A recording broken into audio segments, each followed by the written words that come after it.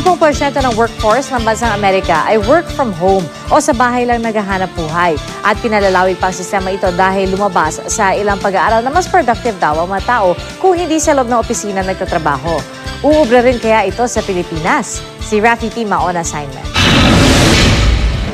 Habang ang mga manggagawa ay naghahanap buhay, etong si Ron, pa-computer lang sa presko niyang bakuran. Si Ron ay country manager ng isang international online jobs provider na base sa Norway.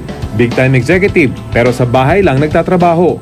This is now my ideal job kasi I have full complete control of my schedule. I can work from home, work from anywhere I want. Ang tawag sa tipo ng trabaho ni Ron, telecommuting o pagtatrabaho sa labas ng central office. Marami na ang naaakit sa telecommuting o work from home, lalo na ang mga inang gustong maging full-time moms. Tulad na lang ng magazine editor na si Tina.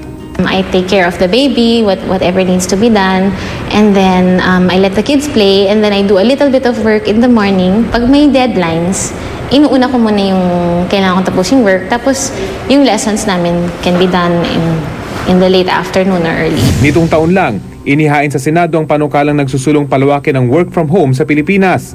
Malaki raw ang pakinabang nito dahil bukod sa maiibsan na ang traffic dahil mababawasan ng commuters. Napag-alaman din sa isang pag-aaral sa Stanford University na mas bumubuti ang performance ng isang tao kapag wala siya sa opisina. Kaunti raw kasi ang istorbo na mainam naman para sa mga kumpanya. Ang pinaka-nakikita lang na problema sa telecommuting, it isolates you from the rest of the world and it doesn't give you a chance to grow and meet other people. Kaya naman umusbong ang konsepto ng co-working. Isang espasyo kung saan magkakaopisina ang hindi naman magkakatrabaho. Ang sistema rito, work from home ka man, kabilang ka pa rin sa isang masigla at malikhaing komunidad. Laganap na ito sa Amerika, na naging inspirasyon naman ng mga work from home yapis na ito na nagtayo ng sarili nilang co-working space dito sa Pasig.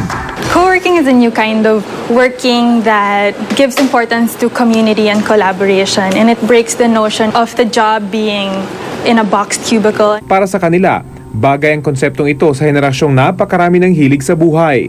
Our employees would be in video production, they would be writing contributors or costume designers or graphic designers. So we also do a lot of things outside of running CoLab. Sa Amerika, 10% na ng kanilang buong workforce ang naghahanap buhay mula sa kanilang mga tahanan. The world of work has changed so much. Whatever is happening in first world economies would have a trickle-down effect to other economies, including Philippines, of course. Kaunti pa kung tutuusin dahil 15 trabaho raw kada 20 segundo ang maaari mong makuha sa kanilang kumpanya. Lumalabas tuloy na hindi napapakinabangan ni Juan ang oportunidad. Maybe the problem is when you do telecommuting, you must be adept with the technology, which would now redound to skills deficit and the mismatch that would ensue. Gayunpaman, malaki pa rin daw ang maitutulong ito para maibsan ang unemployment. This can be very beneficial to a lot of our friends there who are differently abled. We have a lot of retired people who are still able and capable, who can be tapped to do that. So instead of them not doing anything after retirement, they can still be economically productive. Get a life, ika nga ng ilan sa mga taong workaholic.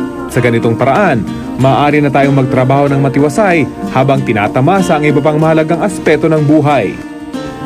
Rafi Tima, GMA News.